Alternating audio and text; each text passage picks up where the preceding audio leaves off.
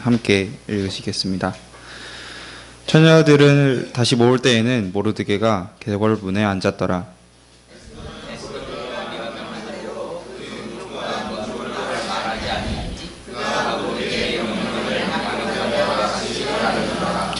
모르드게가 대궐문에 앉았을 때 문을 지키던 왕의 빅단과 데레스 두 사람이 원한을 품고 아하수에로 왕을 암살하려는 음모를 꾸미는 것을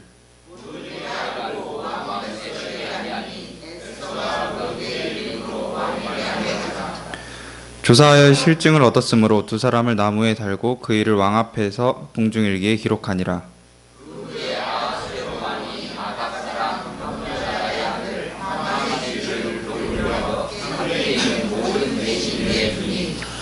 대궐문에 있는 왕의 모든 신하들이 다 왕의 명령대로 하만에게 꿇어 절하되 모르드게는 꿇지도 아니하고 절하지도 아니하니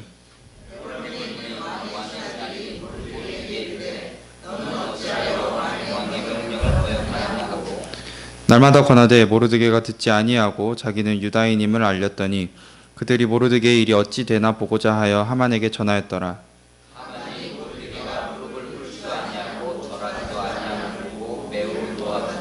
함께 읽으시겠습니다.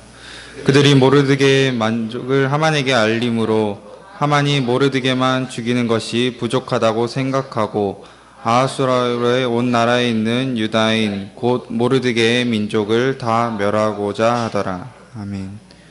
이 시간 윤기영 목사님께서 잠잠할 때와 말할 때라는 제목으로 말씀 나누실 때 많은 은혜 받으시길 바랍니다.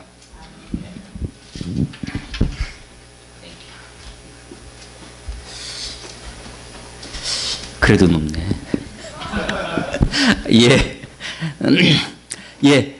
에스더서를 지금 오늘 함께 읽었습니다. 주보에 보시면 성경 본문 왼 우측에 보면 매일 성경 일정표가 나옵니다. 매일매일 하나님 말씀을 같이 묵상하고 큐티하는 이렇게 본문이고, 제가 우리 교우분들에게 매일 그 묵상을 보내드리고 있는 그런 것입니다. 일주일에 하루 한 번 주일날 함께 모여서 하나님 말씀을 듣고 온 교우가 한 말씀을 가지고 하나님께 나아가는 것도 굉장히 소중하고 귀한 일이지만, 사실은 매일매일 우리가 밥을 일주일치를 하루에 몰아서 어제 제가 뷔페를 2끼를 먹었거든요. 그렇다고 뭐 이틀을 안 굶고 살 수는 없잖아요. 이 말씀 우리가 매일매일 조금씩 먹어야 하는 것처럼 그 일상의 양식이 우리를 건강하게 하는 거죠. 그런 것처럼 일상의 하나님의 말씀들을 여러분들이 대하고 그 말씀을 먹고 그 말씀 앞에 나아가는 그런 훈련이 되었으면 좋겠고, 그것을 조금 더 돕고 조금 더 자극을 주기 위해서 그 본문 중에 일주일의 본문 중에 한 본문을 이 설교로 같이 나누고 있습니다. 구약의 에스더서는 성경, 구약 성경, 신구약 성경 다 통틀어서 66권의 성경이 있는데, 어떤 것은 그 내용을 보고 그 책 전체 내용을 보고 주제를 정해서 책 이름을 정하기도 합니다. 원래는 성경에 책 이름이 없었어요. 성경의 원책은 책에 이름이 없습니다. 창세기 이런 이름이 없었어요. 그러면 그 책을 어떻게, 이름이 없으면 우리가 맨날 그 책 이럴 수밖에 없으니까 사람들이 나름대로 불렀을 거 아니에요. 어떻게 불렀냐면 그 책의 제일 첫 단어 베레시트 태초에 하면 그 단어가 그 책의 이름이에요. 무조건 첫 단어를 가지고 그 책의 이름을 사용했습니다. 그러다가 성경이 번역됐어요. 그 구약 성경 히브리어 성경이 헬라어 성경으로 번역이 됐습니다. 그 70인역이라고 하는데, 셉투아진트라고 하는 70인역으로 성경을 번역했습니다. 그리스어로 헬라어로 처음 번역을 했는데, 그때 그걸 번역했던 사람들이 그 책 내용을 보고 책 제목을 붙이기 시작했습니다. 그래서 창세기는 이거 세상을 창조하는 이야기구나 라고 해서 창세기, 출애굽기, 레위기 이렇게 이름을 붙여나가기 시작했습니다. 그런데 우리가 히브리인들, 이스라엘 사람들은 굉장히 가부장적입니다. 남자 중심이에요. 아주 극심한 그래서 어떻게 되냐면 사람 수를 헤아릴 때도 5천 명을 먹이셨다 할 때 5천 명 이게 남자만 헤아렸다는 거예요. 어린아이와 여자는 헤아리지도 않고 남자만 했다는 겁니다. 그런데 그런 이스라엘 사람들, 그런 히브리인들 가운데 여자가 책에 이름으로 들어가 있어요. 그러니까 이게 에스더서라고 책 제목을 붙여놓은 것은 물론 여기에 모르드게라는 남자도 등장하죠. 그런데 에스더라고 하는 이름을 붙여놓은 것, 또 여자 이름이 한 명 책 이름이 된 게 있어요. 예, 룻기가 있습니다. 룻기와 에스더서가 여자 이름이 책 제목으로 책명으로 되어진 것들이에요. 그런데 룻은 생각해 보세요. 룻은 이 이스라엘 사람들 유대인 그 히브리인들은 또 어떤 게 굉장히 강했냐면 그들 자체는 민족 의식이 강합니다. 혈통 의식, 유대인 그것이 굉장히 강한 사람들이에요. 근데 룻은 어떤 사람이냐면 모압 여인입니다. 이방 사람이에요. 그것도 여자예요. 그것도 과부입니다. 그 나중에 과부가 다시 유대인 남자에게 보아스에게 장가 가는 경우죠. 그런데 그 룻이 책 제목으로 들어왔어요. 에스더 물론 이 여자는 유대인 여자였습니다. 그런데 이방 남자, 물론 보통 남자는 아니죠. 페르시아 바사라고 하는 페르시아 나라의 그 왕후가 그것도 작은 나라가 아니라 그 당시에 고대 근동 오리엔트를 다 지배하고 있었던 페르시아가 가장 강성했을 때 성경에는 이게 바사라고 나오는데 그 제국이죠. 여러 나라를 다스리는 제국입니다. 제국의 왕후가 되었죠. 그런데 이 에스더라고 하는 이 이름은 사실은 페르시아어입니다. 페르시아어예요. 우리가 이제 다카키 마사오 아세요? 누구죠? 다카키 마사오 박정희 대통령의 일본식 이름입니다. 그래서 이제 박정희 대통령을 친일 그것으로 전력으로 비판을 할 때 하는 거죠. 그리고 일제 시대 때 일본 사관학교를 나오고 만주에서 근데 사실은 사관학교 나왔으니까 간부를 했죠. 장교를 했지만 그 기간이 짧습니다. 짧고 곧바로 해방이 됐기 때문에 일본군 장교로서 이렇게 아주 높이 올라갈 수 있는 나이가 그만큼 되지 않았기 때문에 그렇죠. 근데 만주에서 그렇게 활동을 했었습니다. 그래서 이제 친일이라고 하는 것으로 우리가 그것을 합니다. 그 창씨개명, 우리 이제 일제시대 여러 역사 중에 창씨개명 문제가 많이 있죠. 에스더는 페르시아식, 우리식으로 하면 창씨개명입니다. 히브리 이름 하다사라고 하는 이름이 있었는데 그것을 에스더라고 이름을 바꿔서 페르시아식으로 불렀고 그것이 책 이름으로 되어 있는 거예요. 여러분 다니엘서를 읽어보면 다니엘과 이 에스더는 비슷한 시대의 책입니다. 그런데 다 포로기죠. 포로기 시대입니다. 다니엘은 그래도 히브리식 이름이에요. 그런데 다니엘 하면 다니엘의 세 친구 사드락과 메삭과 아벳느고라고 하는 이 세 사람의 이름이 나오는데 이 세 친구 아주 영웅적인 사람들이죠. 믿음의 사람들입니다. 그리 아니하실지라도 내가 불 속에 들어가도 내가 신상에 절할 수 없습니다라고 말했던 그 용감한 세 친구, 믿음의 세 친구의 이름이 다 바벨론식 이름이에요. 그것도 사드락과 메삭과 아벳느고 할 때 느고라는 것은 바벨론의 신의 이름입니다. 신의 이름이 그 안에 들어가 있어요. 창씨 계명으로도 창씨 계명으로 하면 우리는 다 그것을 그냥 그렇게 해야 되겠죠. 그런데 그것 자체가 문제가 아니라 사실 그들이 어떤 삶을 살았느냐라고 하는 것이 성경의 관점이 아닌가 이런 생각을 갖게 됩니다.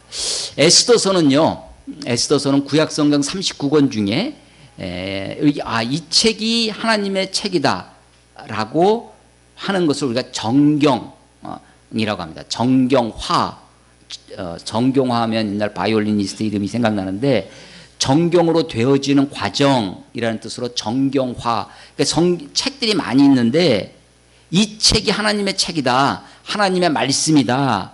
바른 성경이다. 정경이라고 정경화 과정이 굉장히 중요했습니다. 그래서 이게 하나님의 책이구나라는 것을 발견하고 또 그것을 공동체가 믿음의 공동체가 함께 받아들이고 수납한다고 우리가 그런 단어를 쓰는데 함께 수납하고 나중에 교회들이 모여서 교회 종교회의를 했는데 이게 하나님의 책이다라고 결정을 하고 하는 그런 일련의 과정들이 굉장히 중요한 과정입니다. 근데 구약성경 39권은 초대교회는 예수님 오시고 나서죠.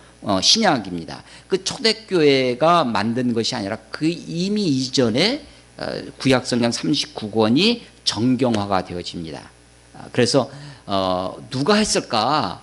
여러 가지 이제 에스라부터 이것을 했다라는 설도 있고 에스라 느헤미야 에스라 있죠? 에스라 제사장경 학사로 알려진 사람입니다. 좀 더 이후에 그것이 확정된 것은 AD 90년경에 얌니아 회의라는 것이 있는데 거기서 이제 구약성경이 이제 39권이 확정된 것으로 그렇게 전해집니다. 그런데 이 구약성경 39권 우리 정경으로 우리가 보고 있는 것 중에 이 정경 말고 정경보다 조금 바깥에 있는 책, 그렇지만 정경하고 비스무리한데 정경은 아닌 거, 그런 것을 우리가 외경이라고 합니다. 바깥 외자를 쓰는 거예요. 구약성경 39권의 외경이 있어요. 구약시대의 외경. 그건데 그거보다 더 나간 거 있어요. 더 나간 것은 위경이라고 합니다. 거짓 위자를 쓰는 거죠. 이건 아예 가짜다라고 해서 읽어볼 가치도 없는 그런 책들이고, 외경은 하나님의 말씀, 하나님의 책이라고는 성경, 정경이라고 하는 권위, 그렇게까지는 권위를 두진 않지만 그래도 참고할 만한 책, 그 당시 배경을 읽을 수 있는 책의 정도로 우리가 외경을 이야기를 하는데, 이게 이제 천주교와 우리 개신교의 차이 중에 하나인데요. 구약성경은 우리가 39권, 우리는 39권을 정경으로 하잖아요. 근데 구약성경에 외경이 있어요. 그 외경까지도 천주교는 다 정경처럼 여깁니다. 그래서 천주교용 성경, 우리가 보는 66권 책 말고 천주교 그 성경 같으면 천주교용 성경이 따로 있어요. 큰 기독서점에 가면 거기에 보면 외경이 포함되어 있습니다. 근데 그 외경도 구약의 외경만 포함을 시켜놓고 신약의 외경은 천주교도 인정하지 않죠. 신약에도 우리가 마태, 마가, 누가, 요한, 마태복음, 마가복음, 요한복음 이렇게 4복음서만 있는데, 예를 들면 도마복음서, 도마복음, 베드로복음 이런 게 외경이에요. 신약의 외경. 이 신약의 외경은 개신교도 그리고 천주교도 구교도 다 인정하지 않는, 신약의 외경은 인정하지 않습니다. 다만 구약의 외경만 천주교에서 인정하고 있다라는 것이죠. 자, 그런데 이 구약의 외경 39권 중에 이 에스더서는 그 39권이 이미 확정되었음에도 불구하고 여러 교회 시대를 거쳐오면서 가장 많이 도전받은 책, 이건 성경에서 빼야 되는 것이 아닌가 라고 도전을 받았던 책 중에 하나가 구약에는 에스더서입니다. 대표적으로. 신약에는 어떤 책이 많이 도전을 받았을까요? 신약 우리가 지금 27권 중에 야고보서, 야고보서를 지푸라기 성경이라고 했어요. 누가 그랬을까요?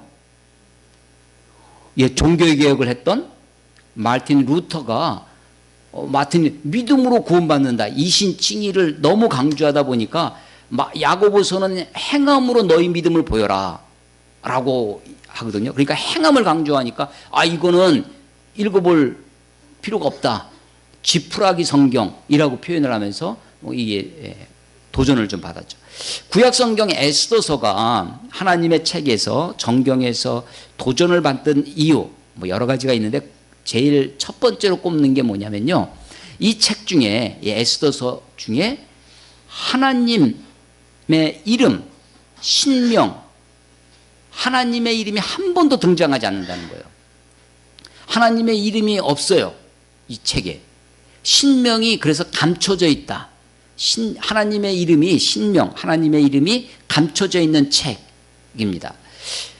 하나님의 이름은 없어도 다른 어떤 이스라엘 사람들, 히브리인들의 어떤 종교 행위, 제의, 제사와 관계된 뭐 제사를 드렸다, 뭐 기도를 했다, 뭐 이런 신앙적인 내용이 있으면 그나마 되는데 그런 것도 하나도 없는 책입니다. 다만 유일하게 하나가 있어요. 유일하게 에스더서를 읽어보시면 하나가 있는데 그게 뭐냐면 금식했다라는 겁니다. 그런데 금식도 우리는 금식하며 기도, 신약에 오면 금식하며 기도하였더라, 금식하며 뭐 했더라, 그 뒤에 부분 있잖아요. 우리가 기도 없이 금식하면 그게 금식이 아니라 무슨 식이라고요? 구음식된다고 그랬죠. 기도 없이 하면 구음식된다라는 거죠. 여기는 그냥 뭐 기도했다라는 말은 없어요. 기도했다는 말도 없고 그냥 금식했다, 금식을 부탁하고 금식을 명하고 금식했다라는 내용만 나옵니다. 그래서 하나님의 이름이 없다라고 하는 아주 이 결정적인 이유 때문에 많이 도전을 받아왔습니다. 그런데도 불구하고 이 책이 성경에 있을 수 있게 된 것은 많은 사람들이 오히려 이렇게 얘기하는 거죠. 하나님의 이름이, 조금 전에 뭐라고 그랬냐면 제가 하나님의 이름이 감춰져 있다. 하나님의 이름이 나타나고 있지 않지만 하나님이 이 역사를 주관하신다라고 하는 하나님의 섭리의 책이라는 것이죠. 그래서 에스더서의 별명이 있어요. 그게 뭐냐면 섭리의 책입니다. 섭리. 예.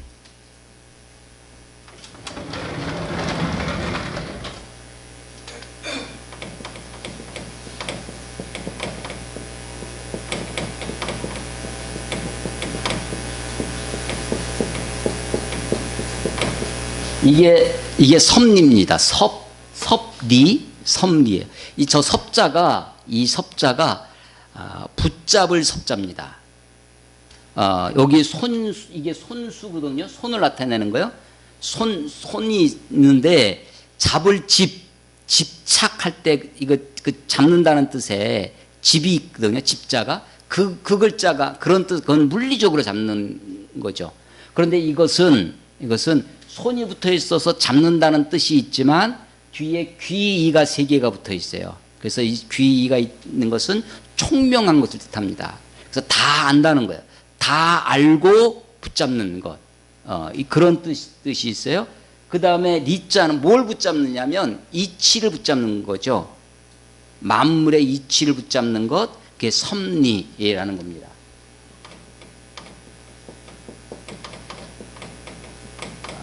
프로비던스라고 하는데 프로는 앞에라는 거죠. 미리 앞에.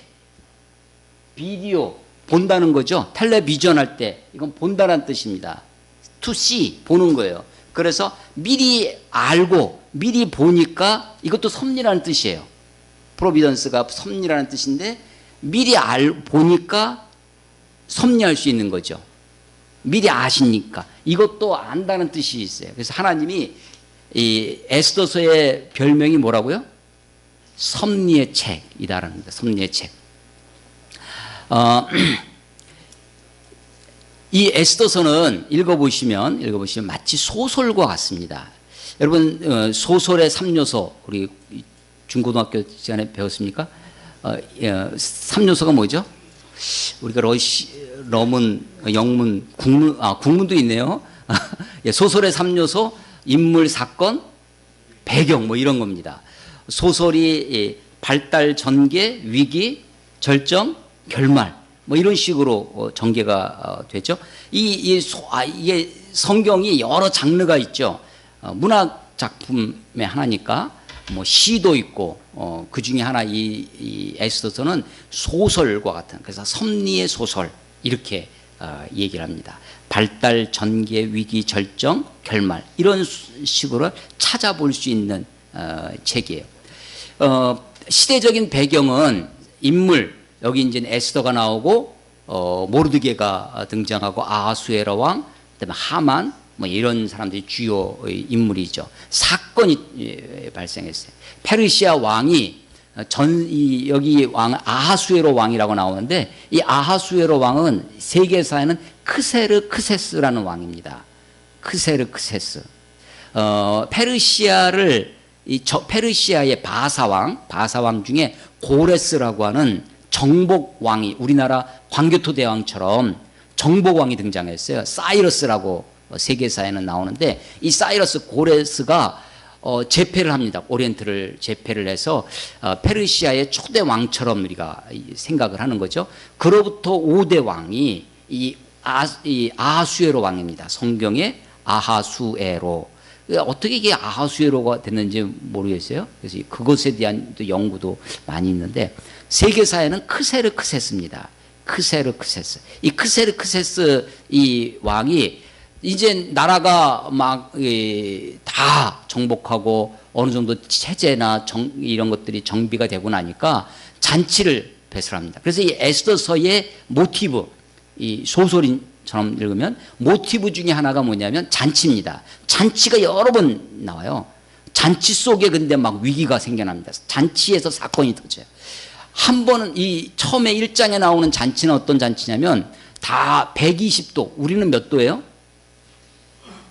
대한민국 한반도는 옛날에는 조선시대 8도였어요. 지금은 몇 도인지 정확히 모르겠어요. 남북한 합치면 뭐 경상도, 이게 이제 경상남북도 막 쪼개지고, 북한이 통일된 다음에 만약에 남북한 이 동시선거 투표가 유엔에서 투표를 하게 되면 이 인구가 차이가 나지만 수를 맞추기 위해서 도를 쪼갰어요. 우리가 옛날에 배우지 못했던 자강도, 양강도 이런 걸해서 도를 만들어 가지고 남한의 도와 북한의 도의 숫자를 맞췄죠. 우리는 옛날 조선시대로 설명하면 8도입니다. 8개 도야. 근데 이 페르시아는요 120개 도입니다. 그런 도가 120개나 되는, 굉장히 큰 제국을 완성을 하고서는 잔치를 하는데, 잔치가 얼마 동안 됐냐면 180일, 6개월 동안 잔치를 해요. 6개월 동안. 그리고 이 잔치가요, 굉장히, 뭐, 흥청망청하는 것이 아니라, 굉장히 즐겁고, 그렇지만 굉장히 예의 있는 세련된, 누구든지 여기 보면 어떤 표현이 나오냐면, 술을 배설을 하는데, 이걸 남에게 강요하지 않도록 하게 하고, 그런 이야기가 나와요. 그러니까 이 180일 동안의 잔치지만 굉장히 세련된 그런 잔치를 배설합니다. 그런데 이 잔치를 하면 먹고 즐기는 사람도 있고 즐거운 사람도 있지만 사실 섬기는 사람도 있죠. 이 전국에서 제국의 전국의 사람들을 초청해다가 잔치를 했는데, 그 잔치를 했던 사람들은 6개월 동안 고생했잖아요. 그러니까 6개월 180일 잔치 이후에 그 도시 사람, 수산성에 있는 사람들을 위한 잔치를 또 합니다. 그게 일주일이에요. 일주일 동안 잔치를 또 해. 그랬더니 이제 그런 일을 하면 아무래도 여자들이 많이 고생을 하게 할 거 아니에요. 원래 왕후가 와스디라는 왕후가 있었는데, 이 왕이 여자들을 위한 잔치를 또 배설합니다. 한쪽에서 이제 7일 동안 수산성 사람들을 위한 잔치가 배설되고, 또 이렇게 이 여자들을 위한 왕후의 잔치가 배설되는데, 왕이 막 사람들에게 즐거우니까 와스디, 자기 예쁜 왕비 와스디를 자랑하고 싶었어요. 그래서 이 잔치에 오라고. 근데 왕후도 지금 뭘 하고 있었냐면, 자기도 잔치를, 왕후가 주관하는 잔치를 하고 있었죠. 아마 속으로 그랬을는지 몰라요. 내가 무슨 이 사람들의 놀이개처럼 이렇게 미모로 장식품처럼 그런 거냐. 우리가 지금 페미니스트 크리스찬 우리 GBA 시간에 공부하고 있는데, 어쩌면 이 와스디가 저항하는 페미니스트였는지 모르겠어요. 왕이 이 왕후의 미모를 자랑하려고 불렀더니 왕의 명령을 거절하고 안 나갔어요. 그랬더니 왕이 굉장히 화가 났죠. 그리고 신하들한테 물어보는 거예요. 이 일을 어떻게 했으면 좋겠냐. 그랬더니 신하들이 하는 이야기가, 지금 이 왕비가 여기만 이 왕의 명령을 어긴 것이 소문이 나게 되면 온 나라가 남편들이 이 여자들이 전부 다 자기 남편을 우습게 여기고 기강이 무너질 것이다. 당신부터 왕부터 이것을 기강을 잡아서 바르게 해야 된다라고 하면서 이 왕후를 폐위를 시킵니다. 이게 뭐 그러고 나서 새로 왕후를 뽑아야 되겠죠. 그래서 여기 보면 오늘 우리 본문 19절에 처녀들을 다시 모을 때라고 하는 것이 이제 새로운 왕비를 간택하기 위해서 사람들을 모으는 그 얘기를 하는 겁니다. 그때 이제 이 제국이니까 여러 나라에서 미모와 지혜와 이런 것들이 출중한 사람들을 모아다가 그것을 소위 합수 훈련처럼 훈련을 하고 준비하고 왕을 섬기는 이 궁중 법도라든지 여러 가지 것들을 배우고 왕 앞에 나아가서 이 아련을 하는데 마음에 안 들면 그냥 처녀로 영원히 늙는 거죠. 그 왕의 마음에 들면 이렇게 그리고 왕 앞에 나아가는 그날은 평상시에 제공되는 어떤 뭐 요즘식으로 뭐 화장품이 여러 가지 것들 평상시 제공하는 것 말고도 혹은 의상이나 화장품이나 이런 것에 있어서 왕이 원하는 이 여자가 원하는 것은 뭐든지 다 해줍니다. 그리고 왕 앞에 나아가게 하는 거죠. 그런데 이 에스더가 거기에서 발탁이 됩니다. 발탁이 돼서 왕 앞에 나갈 때는 자기가 매일매일 일상에 정해진 것 기본 그것만 가지고 아무것도 더 요구하지 아니하고 이 아하수에라 왕을 만나는데 아하수에라 왕이 한눈에 반하는 거죠. 그래가지고 다른 모든 여자들보다 더 사랑을 받아서 왕후가 됩니다. 에스더가. 그래서 왕후가 되는 이야기. 그래서 이제 사건이 발단되고 전개가 돼요. 근데 위기가 지금 오고 있습니다.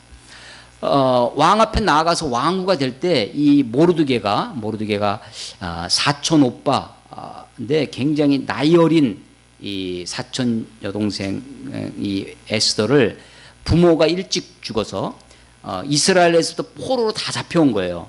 포로로 잡혀왔는데 급변하는 정세 속에 잡혀올 때는 누가 잡아왔냐면 바벨론이 잡아왔습니다. 바빌로니아. 근데 포로기 70년이 지나서 이제 페르시아가 다시 패권을 차지하는 그런 나라가 된 거예요. 그런데 그때 페르시아의 초대왕, 아까 그 정복왕 이름이 뭐라고 그랬죠? 고레스죠. 고레스가 한 말 중에 고레스가 유대인들은 돌아가라 그랬어요. 왜 그랬냐면 이 고레스가 꿈을 꿨답니다. 꿈을 꿨는데 여호와 하나님, 이스라엘 히브리인의 하나님이 야훼 하나님이 나타나서 성전을 지을 것을 명령을 합니다. 그래서 이 고레스가 그 꿈을 보고 희한한 거죠. 그러니까 이스라엘 사람 히브리인들은 다 돌아가. 너희 고향으로 돌아가서 너희 전을 짓고 거기에 필요한 경비도 내가 대줄 테니까 가서 성전을 지어라 라고 해서 돌아오기 시작합니다. 예레미야가 예언한 대로 예레미야가 70년 포로 생활을 예언을 했는데 70년 만에 돌아오죠. 포로로 돌아올 때 한꺼번에 돌아온 것이 아니라 세 번에 걸쳐서 1차, 2차, 3차에 걸쳐서 페르시아 왕 때, 고레스 왕 때 돌아옵니다. 1차는 스룹바벨에 의해서 지도자에 돌아와서 성전을 짓습니다. 2차는 에스라라고 하는 아까 말씀드린 에스라가 지도하에 돌아오는데 에스라는 주로 율법을 가르치고 율법을 재건했다 라고 하고 3차는 느헤미야의 지도하에 돌아와서 예루살렘 성벽을 재건하죠. 이때 돌아온 사람들 왕의 명령도 있었지만 돌아온 사람들은 누가 돌아오냐? 주로 이스라엘 12지파 중에 유다 지파만 돌아옵니다. 유다 지파와 제사를 드리는 레위인들 그리고 사울 왕의 후예였던 베냐민 지파 일부들. 그래서 복귀할 때요 잡혀간 모든 사람이 다 돌아온 것이 아니라 사실은 극히 일부만 돌아옵니다. 나머지 사람들은 어떻게 했냐? 이미 70년 이상을 거기 살았어요. 그러니까 우리가 미국으로 이민 갔는데 가서 70년을 살았다. 거기서 터받고 사는 거죠. 바벨론에서 페르시아에서 거기서 다 집 짓고 다 사는데 돌아가라 하니까 황당한 거죠 사실은. 근데 누가 돌아오느냐? 조국에 대한 또 특별히 하나님께 대한 성전에 대한 열심히 있던 유다인, 그 나중에 이스라엘 사람들의 대명사가 유다인, 유대인이 대명사가 되기 시작한 게 그때입니다. 그래서 그 전에는 유대인은 12지파 중에 한 지파였어요. 근데 돌아온 게 유대인들이었기 때문에 유대인 이렇게 말하기 시작했던 거죠. 그런데 이 모르드게와 에스더는 돌아왔어요, 안 돌아왔어요? 안 돌아온 거예요.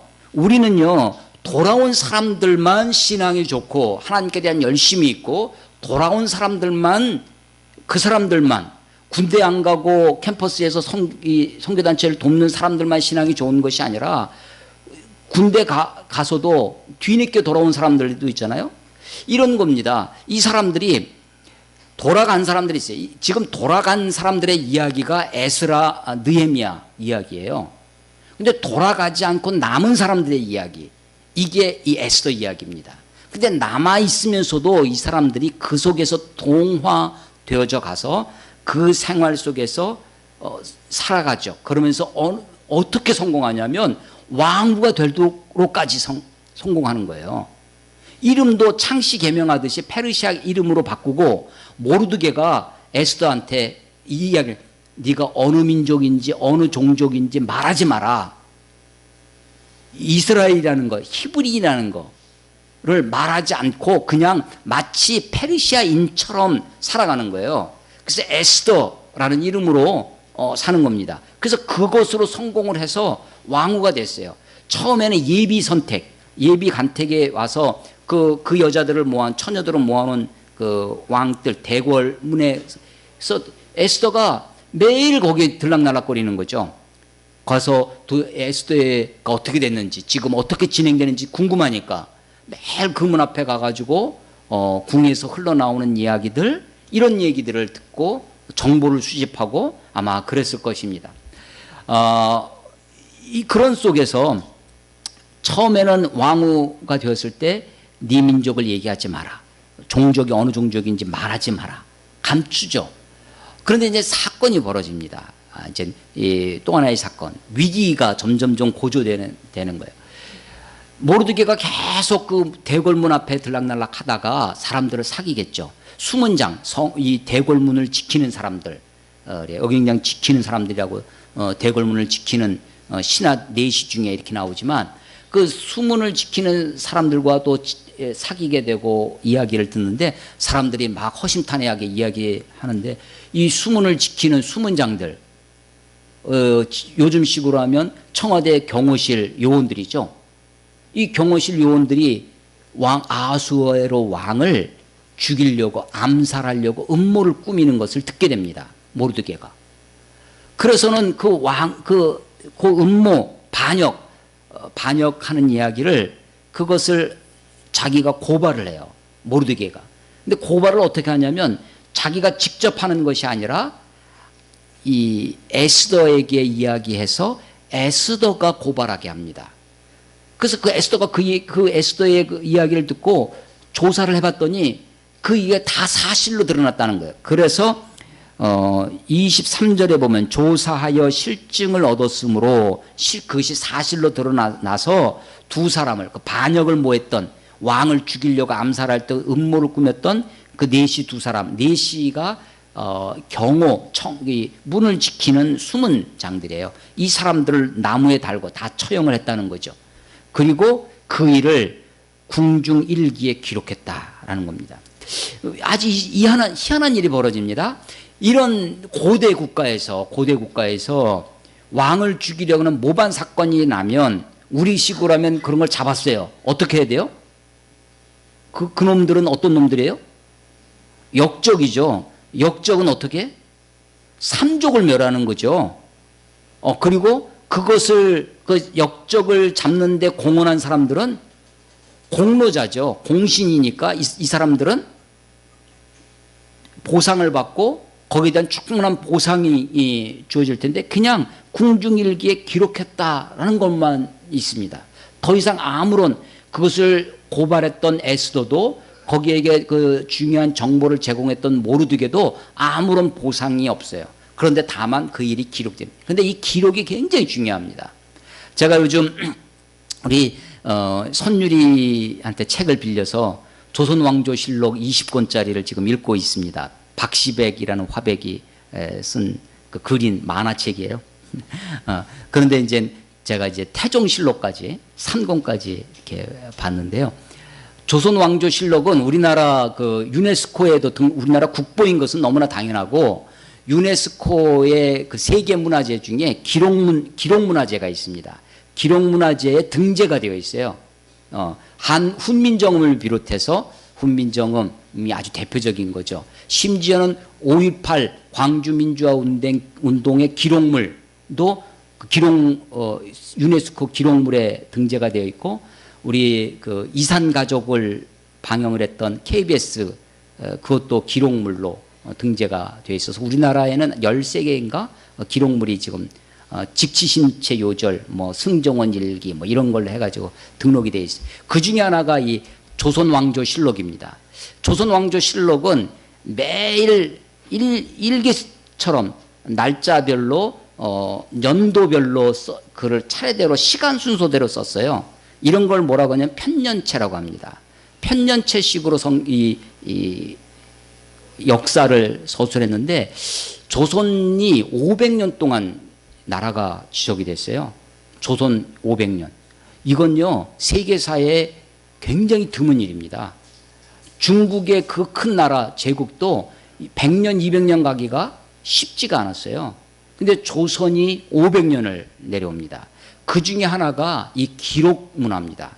기록 문화. 이 기록이 굉장히 중요해요. 우리도 신앙에 있어서 아주 중요한 것이 성경, 이 기록입니다. 그래서 이 성경을 우리들에게 전해주기 위해서 수많은 사람들이 순교를 하고 피 흘린 역사가 있죠. 이것을 사명으로 여겼던 그 성경을 우리들에게, 옛날에는 인쇄가 아니라 다 손으로 쓰는 필사하는 거니까 이것을 사명으로 여겼던 그룹들도 있어요. 그래서 광야에 가가지고 모여 삽니다. 그러면서 성경만을 기록하여 평생, 그게 특별히 에세네파 사람들이 그 일을 많이 했습니다. 그래서 그들의 수고와 헌신 때문에 성경이 우리들에게 주어지죠. 기록이요, 조선왕조실록 태조부터 해서 철종임금 때까지 470 몇 년간의 기록을 2000 몇 권으로 기록한 책이에요. 그 책 중에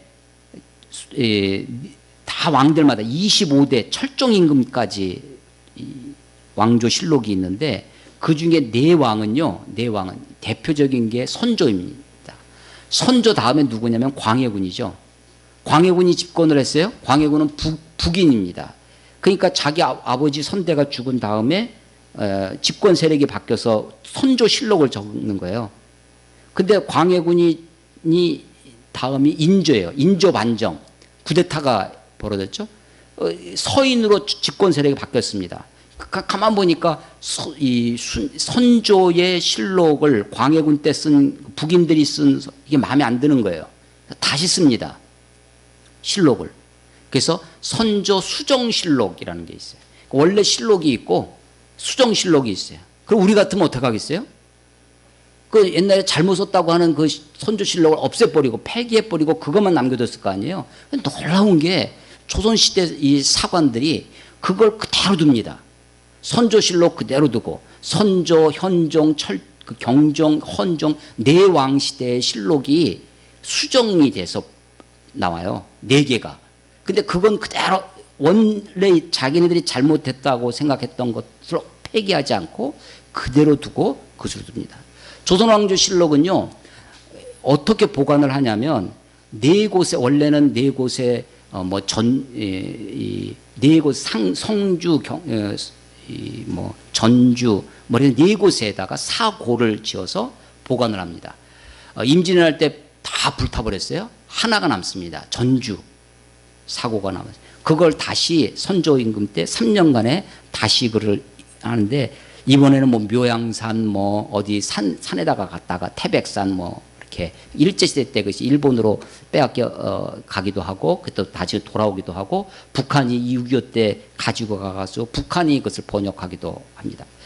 이 사고 네 곳에 이 실록을 보관을 하는데, 이거를요 네 권을 만들기 위해서 특별히 인쇄를 합니다. 인쇄를 만들 때 수백 권 찍어내는 것이 아니라 몇 권을 만들면 딱 4권만 만들어요. 그걸 보관을 하는 거예요. 그리고 그걸 아무도 못 읽습니다. 왕이, 그 다음 왕이 우리 아버지 때, 우리 선왕 때 뭐라고 썼을까 굉장히 궁금해요. 그러니까 임금이 보자고 그래요. 내가 왕이야. 근데 사관들이 목숨 걸고 막습니다. 읽으면 안 된다고.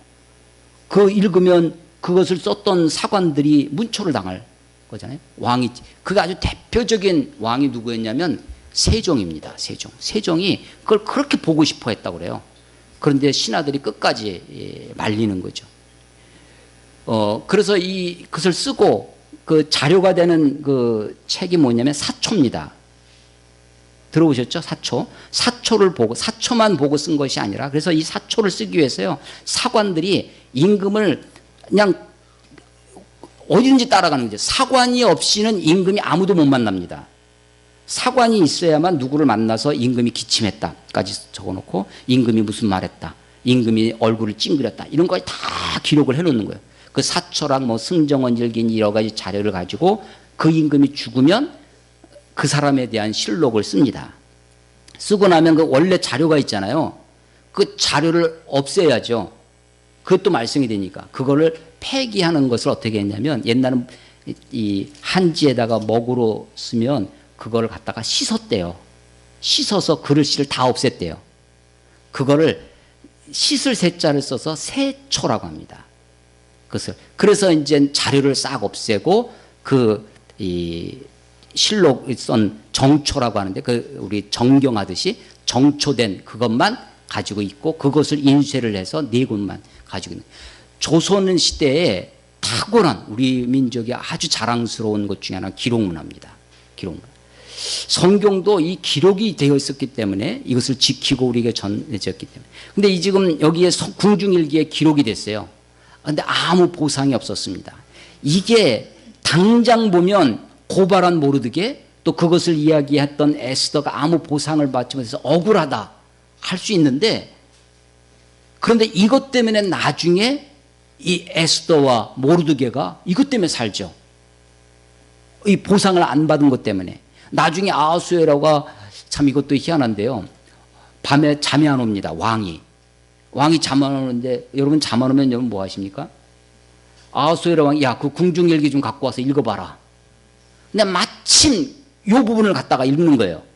근데 보니까 어떤 놈이 나를 죽이려고 음모를 꾸몄는데, 어떤 사람이 그걸 고발을 해가지고 그 다 사실로 드러나서 그게 됐다는 거예요. 야, 그 참 진짜 그 사람 좋은 충신이구나.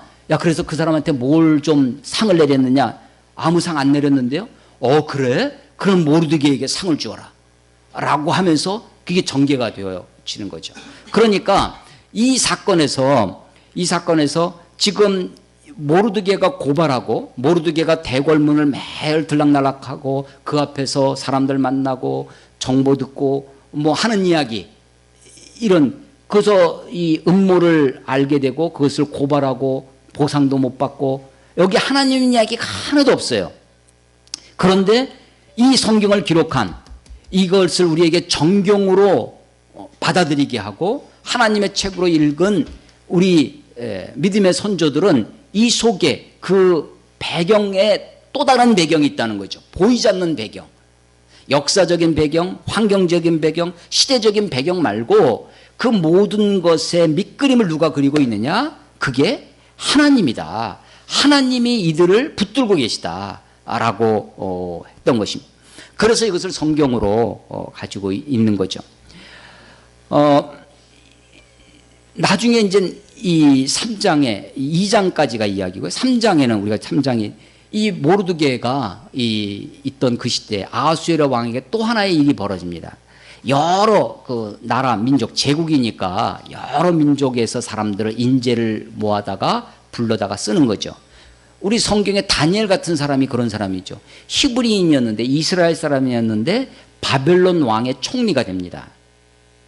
그런데 여기에 하만이라고 하는 사람이 아하수에로 왕 때 아주 두각을 나타내면서 여러 총리가, 다니엘 시대에도 총리가 3명이에요. 그 중에 한 명이 다니엘이었고, 여기도 이제 벽도를 여러 신하들 중에서 하만이라는 사람을 아주 으뜸 총리로 세우는 거예요. 모든 사람들보다.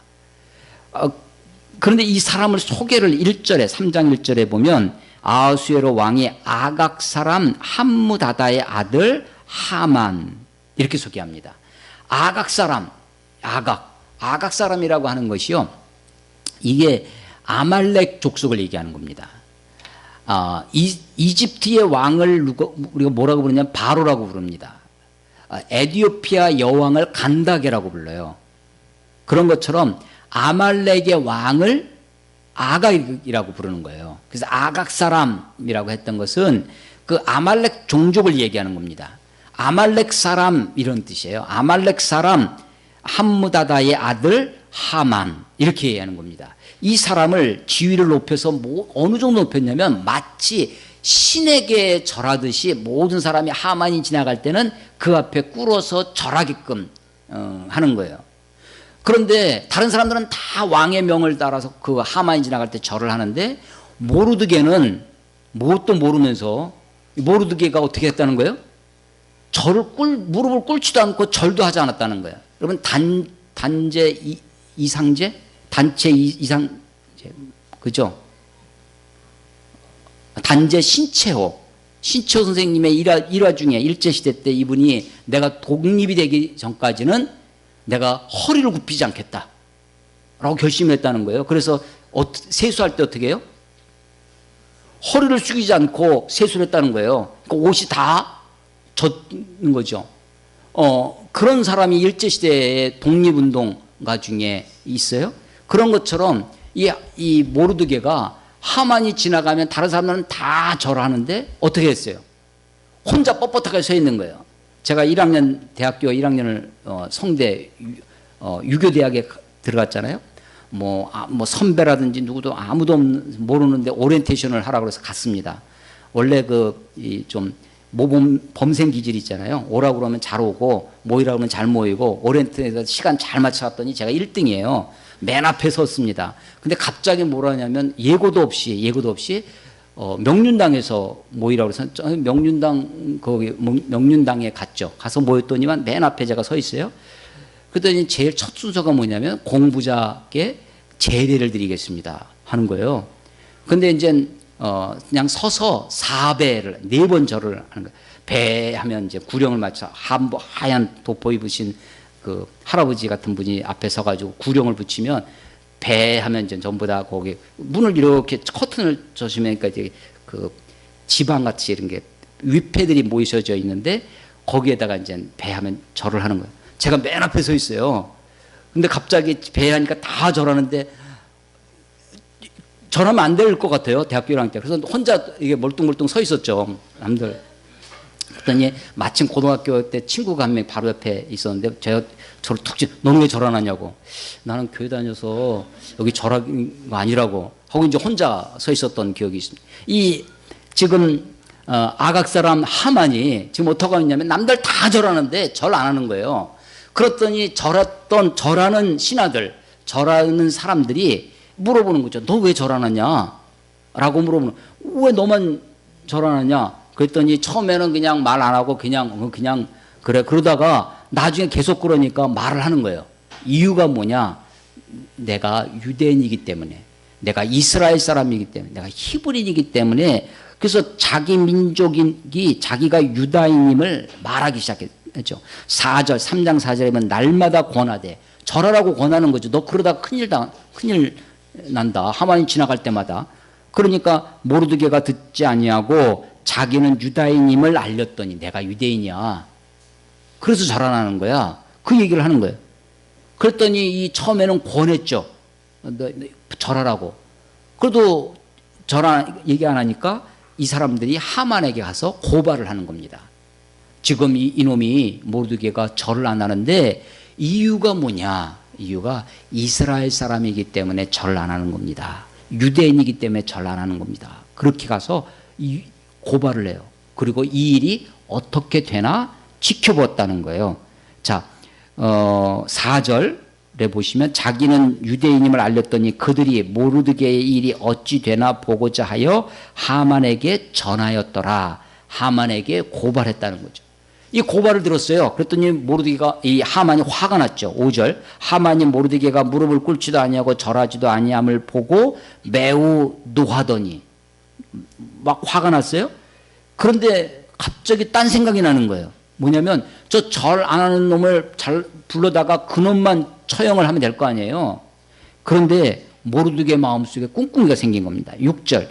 그들이 모르드게 민족을 하만에게 알림으로 하만이 모르드게만 죽이는 것이 부족하다고 생각하고 아수에로의 온 나라에 있는 유다인 곧 모르드게의 민족을 다 멸하고자 했더라.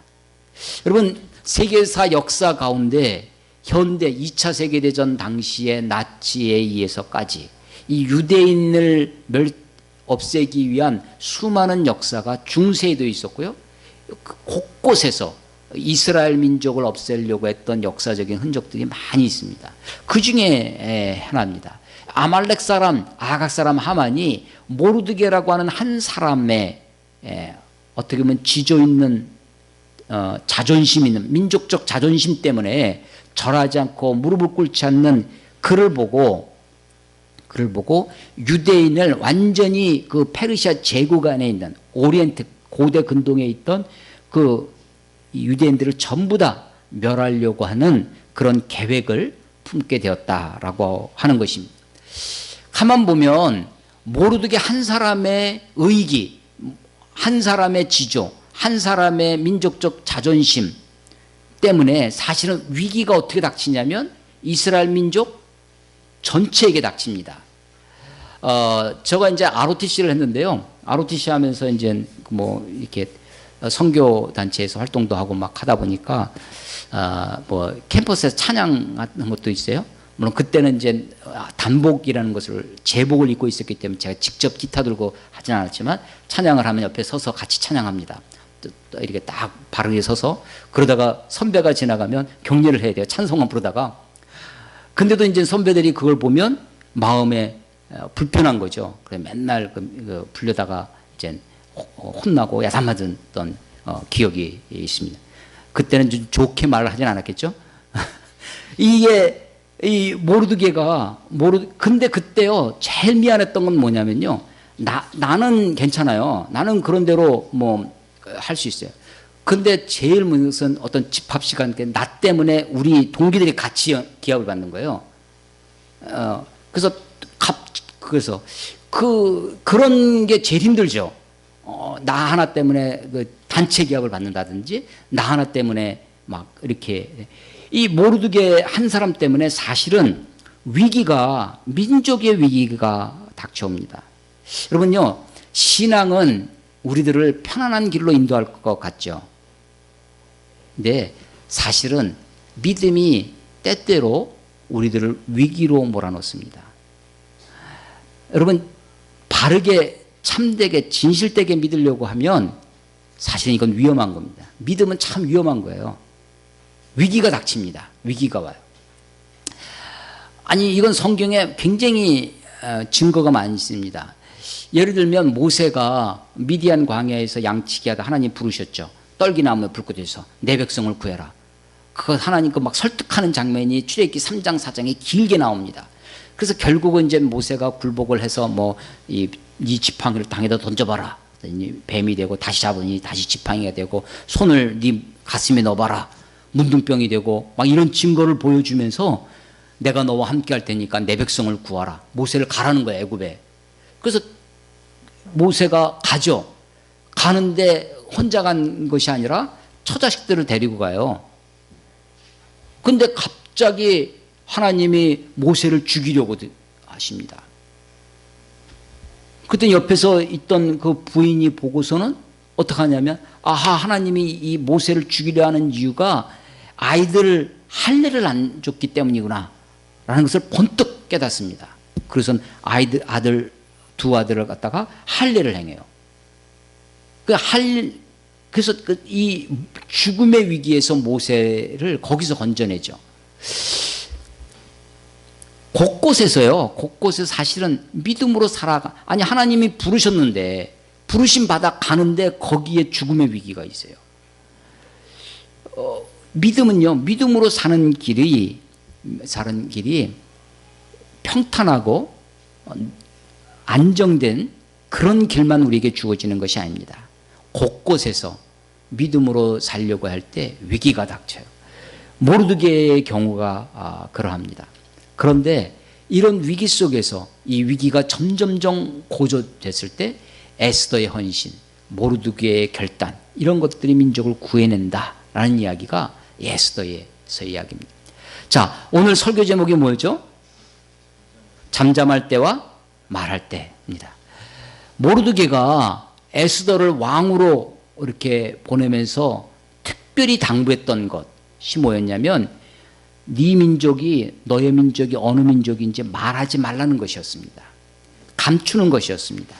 그런데 하만에게 절할 때는 이 모르드게가 자기가 유대인인 것을 자기가 이야기를 하죠. 내가 유대인이기 때문에 절을 하지 않는다고 그런 얘기를 하는 것입니다.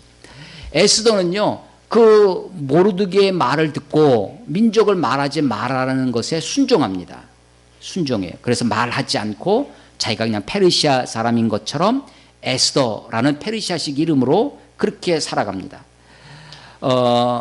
그런데 이 모르드게는 정작 왕이 하만에게 절하라고 하는 왕명을 모르드게가 거역을 합니다. 순종하는 에스더의 모습도 있지만 거역하는 모르드게의 모습이 있어요. 순종과 거역이 감추는 에스더와 드러내는 모르드게가 이 이야기 속에서 대비가 되어집니다.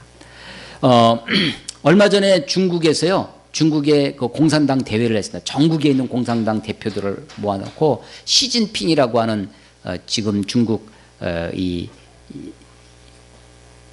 시진핑이 3시간, 여러분 설교 1시간 하는 거 길다고 생각하시면 안 돼요. 시진핑이요, 연설을 몇 시간 했냐면 3시간 넘게 연설을 했어요. 그거를 할아버지들이 앉아있는 그 당대표들 다 막 60, 70 된 이 양반들이 다 앉아서 듣는 거예요. 3시간 넘게. 그때 졸았다고는 어떻게 되겠어요? 그때 이제 그 시진핑이 내세우는 그 한마디로 사람들 세계가 듣고 한마디로 어떤 중국이냐면 굴기 중국.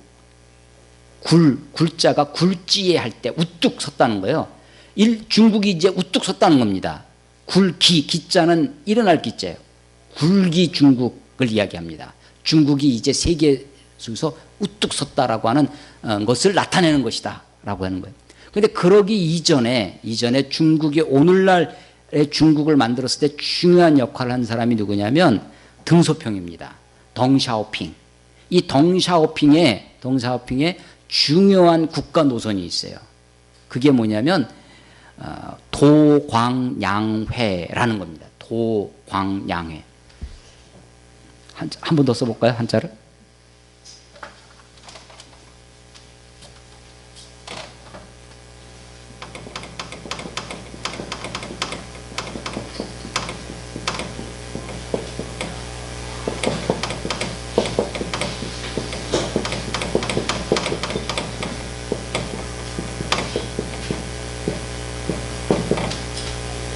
이 글자는 확실히 알겠죠?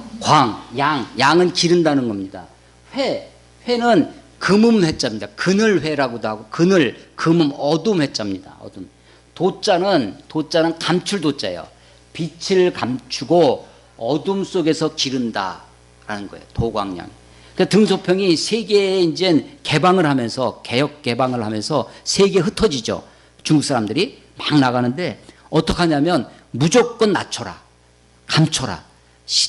세계에서 좀 부당한 대우를 받더라도 닉슨이 와가지고 핑퐁 외교 막 하면서 와가지고 미국이 잘난 체하고 뭐 해도 아무 소리 하지 말고 그냥 힘을 길러야 되니까 자기 자신을 감추는 거죠. 이게 도광입니다. 그래서 그때 닉슨 때 중국 젊은이들이 미국으로 수천 명 수만 명이 유학을 갑니다. 그 사람들이 돌아와서 이 중국을 일으키는 거죠. 이 이야기는 사실은 삼국지에서 나오는 겁니다. 유비가 패했어요. 아주 위기가 처했는데 조조한테 들어갑니다. 조조한테 들어가가지고 아주 쉽게 밥 얻어먹고 하면서 식객 노릇을 해요. 그때 자기 힘을 자기 것을 감춥니다. 자기 감추고 거기서 살아남죠. 그때 나온 말이 유비했던 애, 그게 도광양회예요. 빛을 감추고 어둠 속에서 힘을 기른다라는 것이죠. 그 등소평의 그 감추는, 드러내지 않고 힘을 자기 것을 지켜나가는 그것이 오늘날의 굴기의 중국을 만들었다라고 하는 겁니다. 여러분 이 이야기 속에서 지금 에스더 이야기에서 감추는 에스더가 있어요. 자기가 민족이 어디 있는지를 감춥니다. 그런데 자기 민족이 무슨 민족, 유대인이라는 것을 드러낼 때가 있어요. 감출 때와 드러낼 때를 아는 것, 이거 굉장히 중요한 일이라고 생각됩니다.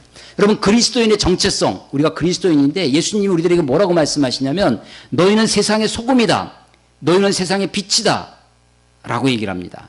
그런데 소금과 빛을 사람들은 뭐라고 얘기를 하냐면 리더십이다, 영향력이다, 세상 속에 영향력 있는 사람이 돼야 된다는 거예요. 근데 이게 양상이 다릅니다. 소금은 어떤 거냐면요, 소금은 음식 속에 소금을 집어넣어요. 국에다가, 된장국에다가 소금을 풉니다. 소금이 보이겠어요? 안 보이죠. 맛을 봐야만 짠맛이 나는지를 압니다. 맛을 보기 전까지는 모르는 거예요. 감춰져 있는 겁니다. 소금은요, 너희는 세상에 소금이다 할 때 그 소금은 뭐냐면 세상 속에 소리 없이 드러내지 아니하고 은밀하게 그것이 세상 속에 녹아 들어가야 되는 것이 소금이에요. 그러니까 너희는 세상에 소금이다 할 때 그 소금은 은밀성을 이야기합니다.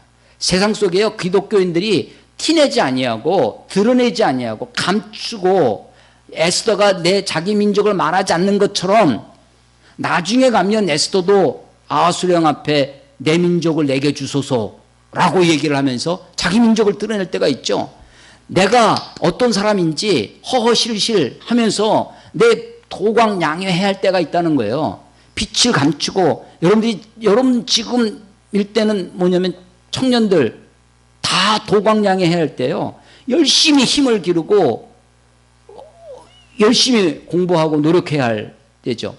그러다가 어느 순간이 오면 내가 나의 자신을 드러내야 할 때가 있습니다. 빛은 뭐냐면요, 빛은 감출 수가 없어요. 사람이 등불을 켜서 말 아래 두지 아니하고 등경 위에 두나니 이러면 집안 모든 사람에게 비치느니라. 사람이 산 위에 있는 동네가 손기우지 못하리라. 그러니까 세상에 빛이다 할 때 그 빛은 무엇을 얘기하냐면 드러냄을 얘기합니다. 드러냄, 노출이에요. 노출. 내가 그리스도인이라고 하는 것이 드러나야 할 때가 있어요. 내가 빛으로 드러나야 할 때가 있고 소금으로 녹아들어야 할 때가 있습니다. 내가 말할 때가 있고 내가 잠잠할 때가 있는 거죠. 이것을 아는 것이 지혜입니다. 그리고 감춰야 할 때 감추는 것, 있는 것, 그 참는 것, 인내하는 것, 이게 힘입니다.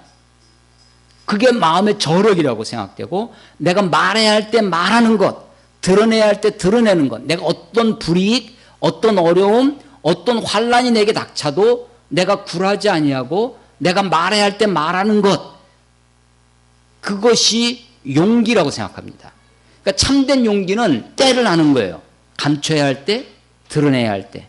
그것을 분별하는 거죠. 때를 모르고 날뛰었다가는 그것은 아무것도 안 되죠. 때를 아는 것, 감춰야 할 때와 말해야 할 때, 잠잠해야 할 때와 드러내야 할 때를 아는 것이 지혜입니다. 그리고 아는 것으로 그치지 아니하고 내가 깨달은 대로 말할 수 있는 용기, 힘, 이것이 우리들에게 있어야 되겠다라고 하는 것입니다. 하나님은 이 일들 가운데 보이지 않는 히든 가십니다. 감춰져 있어요. 하나님의 역사 속에, 우리의 인생 가운데 그분이 숨어 계십니다. 하나님은 은밀한 가운데 보고 계세요. 하나님이 역사에서 없는 것 같아요. 이름이 빠져 있습니다. 그럼에도 불구하고 역사의 주인은 우리 하나님이십니다. 여러분들의 인생, 내 인생의 주인도 우리 하나님이세요. 그래서 그것을 고백하며 하나님이 내 인생을 붙들어 주시기를, 섭리, 붙잡을 섭이라고 했죠. 하나님이 내 인생을 붙잡아 주시도록. 하나님은 다 알고 계시니까, 다 보고 계시니까, 프로비던스, 미리 보고 계시니까, 다 아시니까 내 인생을 섭리하고 계십니다. 그러므로 나는 하나님을 신뢰함으로 내가 할 수 있는 최선을 다하는 거예요. 내가 할 수 있는 최선이 뭐냐? 감출 때 감추고 드러낼 때 드러내는 거죠. 감추는 용기, 감추는 것도요, 이것도 내 본성과 싸워야 됩니다. 나도 나를 자랑하고 싶을 때가 있어요. 막 드러내고 싶을 때가 있습니다. 그런데 그것을 잠잠히 참고 있는 거죠. 사실은 이 하만이 분노가 일었어요. 모르드게가 절하지 않는 것을. 근데 그것을 모르드게만 죽이지 아니하고 이스라엘 민족을 다 죽이려고 흉계를 꾸립니다. 음흉하죠. 악인도 자기를 절제합니다. 악인도 분노를 토해내기 위해서 힘을 길러요. 하물며 우리가 하나님의 뜻을 이루기를 소원하는 우리가 해야 할 일 중에 하나가 자기 절제입니다. 자기를 감출 줄 아는 내 힘, 내 능력을 힘 없음으로 그냥 지내라는 것이 아닙니다. 도광양해하듯 힘을 길러야 되죠. 내가 감춰야 할 때 그러면서 내 인생을 최선을 다하는 거죠. 백조가 겉은 우아하지만 사실 뭐 물속에서 부지런히 이 물갈기치를 해야 물에 떠 있다고 하는 것처럼 겉으로 드러나는 것이 전부가 아니라 여러분이 혼자 있는 그 시간, 여러분의 밤에 무슨 일을 하느냐, 남이 안 보는 그 시간에 내가 어떻게 시간을 보내느냐가 여러분의 인생을, 하나님이 여러분의 정말로 주인이시라면, 내 인생의 주인을 하나님이라고 고백한다면 하나님을 믿으시고 내 인생을 주님께 맡기고 한순간 한순간 감춰야 할 때, 또 드러내야 할 때 분별의 지혜를, 또 용기 있게 살 수 있는 그 힘을 주님께 구하고 주님을 믿고 뚜벅뚜벅 인생을 걸어가는 것입니다.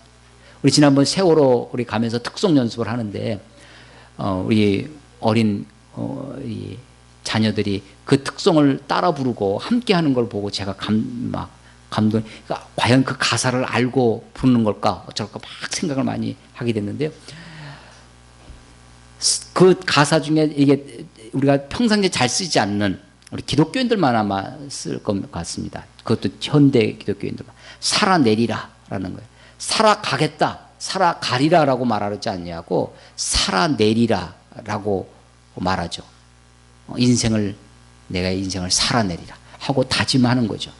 내가 내 자신을 감추고 내 지혜와 내 힘을, 그 속에서 내 힘을 기르면서 언젠가 나를 주님이 필요로 하시는 그때, 주님이 나를 쓰시고자 하시는 그때, 내가 내 자신을 드러내야 할 그때에 과감하게 용기 있게 두려움 없이, 아니 두렵지만 주님을 믿음으로 한 걸음씩 한 걸음씩 살아가시는 저와 여러분 되시기를 주의 이름으로 축원합니다. 기도하겠습니다.